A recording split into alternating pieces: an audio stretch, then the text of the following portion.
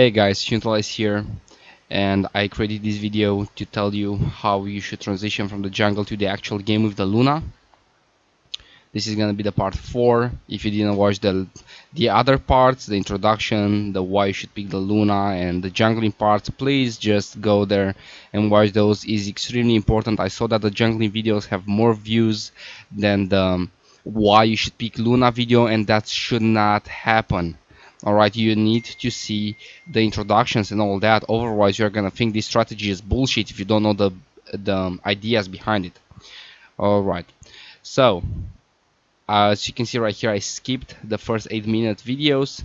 This guy right here is one of my students. He is 3.2k MMR, and I'm gonna show you how he managed to win this game extremely easy. But before I start with that, I want to tell you some good timers. If you want to raise up until 3k MMR, you need to get Dominator at 7, Dragonlance and Yasha at like 16, and Manta before 22. Okay, with those you can get 3k. If you want to get 4k, you have to step up your game a bit. You need to get Dominator at 6, you need to get the Dragonlance and Yasha at like 14, and you need to get the Manta style at 18 to 19 minutes constantly. You are gonna have some games when you are gonna get in trouble. I see a lot of I also saw some comments. They were asking me, okay, what should I do if the offlaner is gonna start attacking me, or if they have a bounty hunter? Just avoid him. For as long as you are not gonna die, you're still efficient. Let's say that you are gonna get the Manta style at 24. Alright, if you just constantly run away, you go to the base to shrine up and you go back in, you're gonna delay your items. But think about it, this guy is also gonna have his items delayed because he has to constantly move from the lane to harass you and all that kind of stuff. So as you can see right here, he's using the Alpha Wolf to kill the creeps. Right here he's using the Lucent Beam on this one because this one is taking full magical damage. As you can see right here, he's spreading the Alpha Wolf very well, so he's not gonna let the Alpha Wolf die. Min 9, he got the treads already, and he's going very strong. If you're wondering when you should leave the jungle, well, I usually leave the jungle when I get like Yasha and Dragonlance. That's a pretty good sign that you can leave the jungle. When I say leave it, I mean leave it only if you see something that you can do. Don't just leave it just because I say that. No, if you see that the lane is going, you know, if you see that the game is very stable, like people are not really trying to kill each other, just keep on farming. But if you see that your team needs you, like let's say that your team is gonna get pushed, okay, like 5 people are gonna go top or 4 people, and your team wants to defend, if you have Dragonlance and Yasha, you can defend.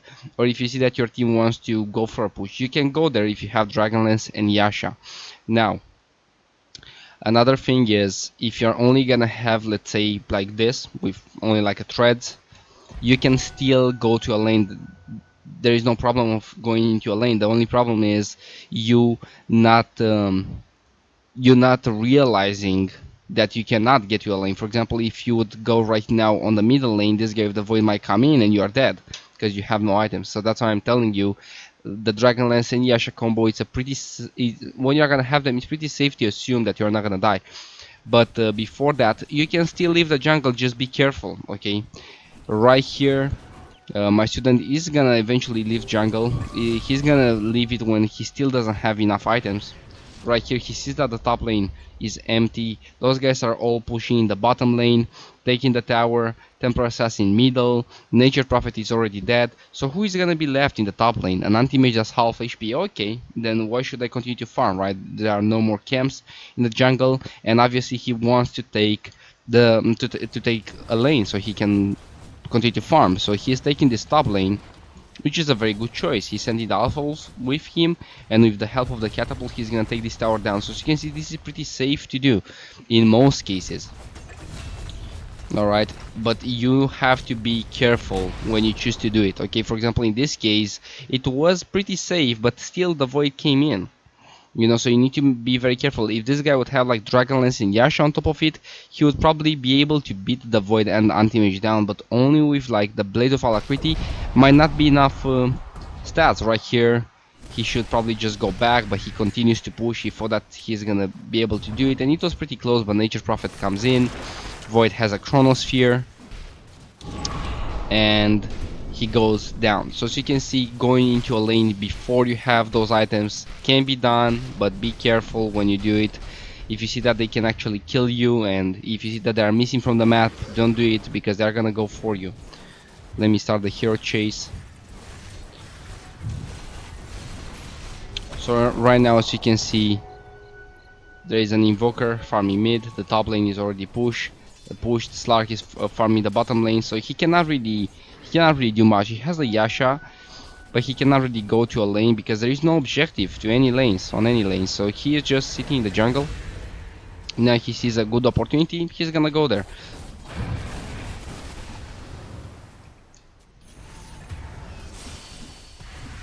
He keeps on farming, he's waiting for a good opportunity. At this point, I would like you guys to just watch the minimap.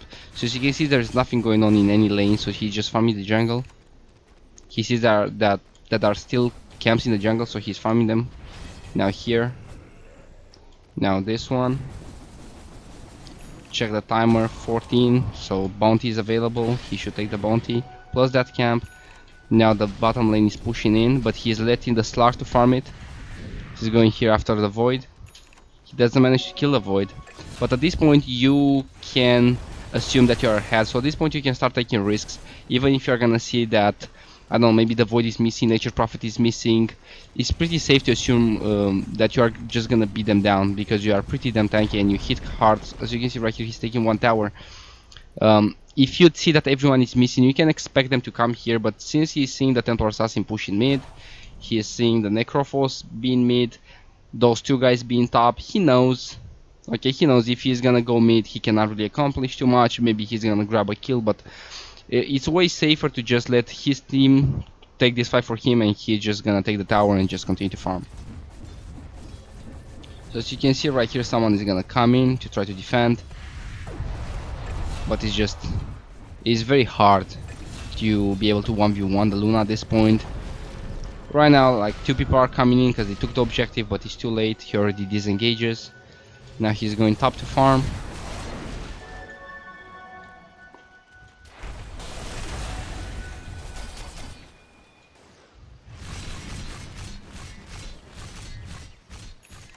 Once again, let's check the map. There is a fight going in here, but you need to understand that just because they are kind of like aggressing each other like this, it doesn't mean that you need to be here. Okay, you need to go there only if your team wants to take a tower or if they want to defend. Don't go there just because your team is pinging you or anything like that, because you're just gonna waste time. Okay, go there only if you see that an objective is about to be taken or the enemies are pressuring your team, stuff like that. Go there only if you want to take something big. Otherwise, just keep on farming. As you can see right here, just because he just kept on farming, he speculated the moment top, he took a tower. He speculated the moment bottom, he took down 2 towers. His team didn't want to group up, his team didn't want to his team didn't got engaged too much, so all he did was just dodging fights and farming up. Right here he sees that his team is getting pushed. He played it safe, he took an objective, so even if he's gonna, let's say, die now, at least he completed an objective. And his net worth right here, he starts to he became the top 1 net worth. And from this point, he's just gonna scale up. The anti-mage can also farm fast with the Battle Fury, but by the time when anti-mage is gonna have like Vanguard and Manta style, this guy is probably already gonna be 6 slotted. Right here, he's completed the Manta. At this point, we should probably start talking about the late game item choices.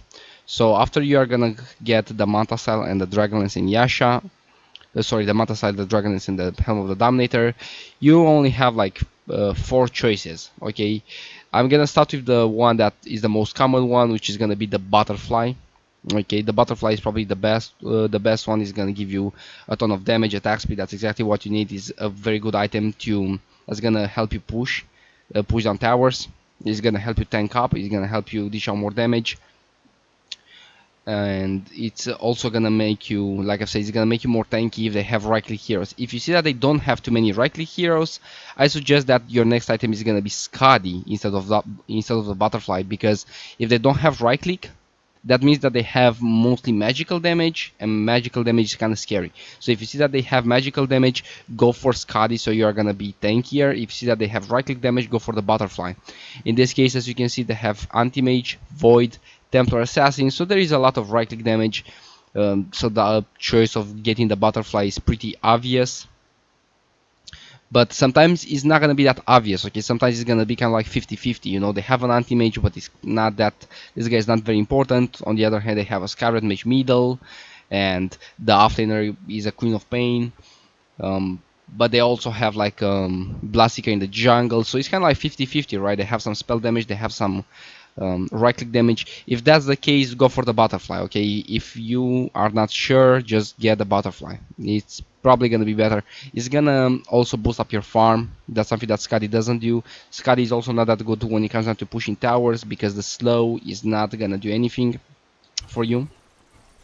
So yeah, those are gonna be the most common choices. Usually I go butterfly and Scotty, or Scotty butterfly.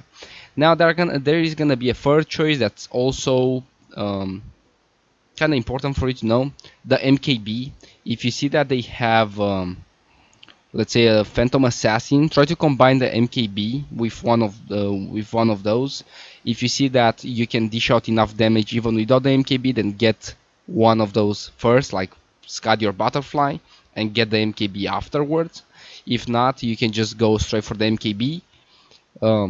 If you see that your team just cannot handle the Phantom Assassin, get the MKB and get something like the Butterfly or Scuddy, depending on the case, second.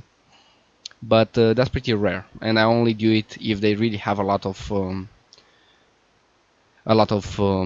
evasion. And the fourth choice that I rarely do is gonna be the Hurricane Pike. You can get a Hurricane Pike and upgrade it from the Dragon Lance if you're gonna be against the Clockwork. I really recommend you to do it. If you are not going to be against the Clockwork and you are not above 3k, I suggest you to just skip it. If you are above 3k, you can grab a Hurricane Pike against Ursa, against Lifestealer, you know, against heroes that you really need to kite. Also, if you are gonna be this tip, try to close your ears. If you are below 3k, try to close your ears. So this tip is only for like 3k to 4k people. If you see that they really have a lot of stuns and you are behind, let's say that you fucked up, or maybe they really roamed you very, very well and you died, you can skip the mount and go Dragon Lance plus BKB and just go for a fight and play Luna kind of like an utility hero for the magical damage and some tankiness rather than a farming beast. But once again, this is only available if you're like from like 3k to 4k. Please, if you're 2k and you think, oh, I'm gonna do this, don't do it. Okay, don't do it. The game is gonna go late anyway, so you need that Manta sound. Alright, that's pretty much all I wanted to tell you. The first item that you're gonna sell, in case you're wondering, is gonna be the Helm of the Dominator, not the Dragon Lance. The Dominator is just gonna be useless later on, so let's keep on watching. So as you can see right here, he's getting he got the Talisman of Evasion. You can get a Talisman or the Eagle Song first. It doesn't really mean anything. Right here, he just wanted to farm the bottom lane, but Void comes in. This Void was pretty scary, so he just popped the ulti just to make sure that he's not gonna die. At least that's what he told me. You know, he didn't intend to kill the Void. He just popped it, and it just happened. Void wanted to kill him with the Chrono, but the Void died a bit too fast because of the Ancient Apparition ultimate. He was just not expecting that. But that's the thing, you know, this strat is not meant to for you to beat down very, very good players. It's just meant for you to beat down average players. You're gonna hit fast, you're gonna be pretty tanky, you dish out a good amount of damage, and you are just gonna surprise them. Like, think about it. As you can see right here, there is really not such a big difference between his team and the enemy team, and if there is, it's mostly because his teammates maybe were slightly worse than the enemies. He has a Slark, which is kind of like underfarmed. He doesn't really know what he's doing. He's holding a lot of gold. They have an anti-mage. This guy is also kind of like outfarmed. He has an asset operation. Seems like she's doing pretty good. Nature Prophet is also doing pretty good. So as you can see, they are gonna be very. They're gonna be pretty much the same. All that he has to do is to have more impact than the Nature's Prophet, because Nature was in the jungle, right? So as you can see, he's definitely having more impact than him, and that's how he is winning games. Keep in mind that my student had a pretty bad win rate in the beginning. He's also like above 3k, but he had a pretty negative win rate in the beginning because it is gonna take you a while to learn the strat. But once you're gonna learn it, you're gonna get a very good win rate. Right now, as you can see, he's seeing out of farm in the top lane.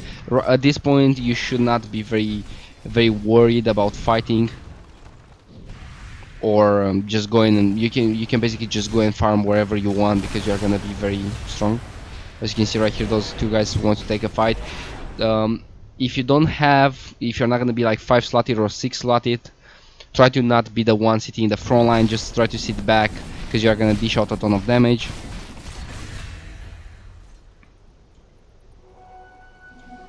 But once you're gonna be fat, once you're gonna get that butterfly, you can start being there in the front lines. Usually after you get the 5 slot, like the butterfly, if you are behind, just wait for them to push into you and you are gonna win the fight, and then you are gonna go and push. If you see that you are ahead, like in this case they are actually slightly ahead and he is very ahead, take the Aegis and just go. Take the Aegis and go somewhere to push. That's exactly what he's gonna do right now. As you can see right here, his team is not really following up, but he's just pinging. Come on, let's go. They are not really coming in, but as you can see with a couple of glaives, this guy already drops like half HP. He cannot really defend this. He takes this tower. And right now he saw the Nature Prophet right here. He's gonna take this one. As you can see, the enemies don't really know what they are doing. Like this guy forgot to use the Chronosphere. This guy, I don't know, forgot to slow the Luna. They just died into her. That's the thing. You don't really need to be a good player to do these strats. It's all about you being comfortable in the jungle so you can pick up this kind of farm at this kind of minute. And if you're gonna be able to do that, things are gonna be very easy. As you can see, eventually his team went in with him because everyone was dead and he was constantly pinging, telling them, guys, let's go, let's go, let's go. Eventually they came in. It was not instant. A lot of people are saying, I saw them in the comments saying stuff like, but your team needs to be there with you. It doesn't really have to be like that. You can wait for the enemies to come into you. If that doesn't happen, well, that's pretty good. Luna is pretty good in the late game anyway. If your team wants to go somewhere, you can be there. If nothing is, if you are ahead and your team doesn't want to end, just like it happened right here, he took down 1 tower, 2 towers. He got a ton of farm. He just went somewhere, you know, grabbed a kill and then just pushed alone. Even if like 2 or 3 people are gonna come in, you can just pop the ultimate, pop the manta. You're probably gonna kill 1 or 2. You are gonna lose the Aegis, but then you can continue to push. And eventually your team is gonna come, you know. It just takes you, it's just gonna take them like 5 minutes, but eventually they come in. And if it's gonna take them too long to come in, maybe it's gonna take them like 10 minutes. Don't waste time, just farm, continue to farm. As you can see right here, if his team was just not coming, you know, he would take the kill and his team would still be back, it would be fine. He would just go back, farm the Skadi, sell this Helm of the Dominator, grab the MKB, grab the Hurricane Pike, grab the Moon Shard. There is still room for improvement for sure.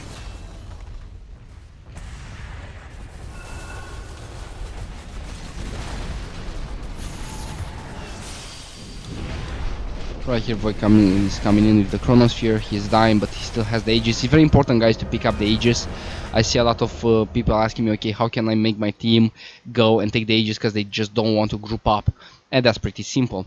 When you're gonna take an objective, like let's say that you're gonna take a tower middle and your entire team is gonna be stuck together, that's a good sign for you to start pinging the Roshan. You can ping the Roshan anytime. You can just farm the jungle and ping it. Sometimes your team is just gonna listen. Sometimes they're not gonna listen. That's why I'm telling you. If you are gonna find an opportunity, for example, you are farming this camp, someone is farming this one, You can pick the Roche, you know, you can be like, hey man, can you stop farming that and come with me? You know, you're gonna have a way better chance if you're gonna see an anti-mage farming here and an invoker farming in their jungle right here. It's kind of hard for them to actually listen to you. You know, you really have to realize they are playing this game mostly by using the muscle memory and just following their instincts, so you need to abuse them. That's pretty much it, guys. If you have any questions, please leave them in the comments and I'm gonna respond to them in no time.